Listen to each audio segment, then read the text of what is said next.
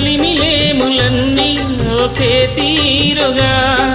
కలిసి పంచుకోగా సదా తోడుగా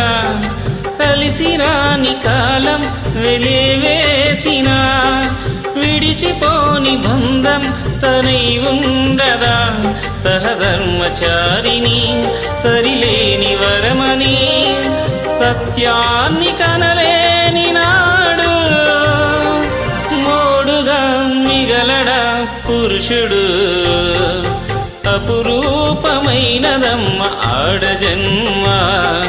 ఆ జన్మకు పరిపూర్ణత ఇల్లాలమ్మా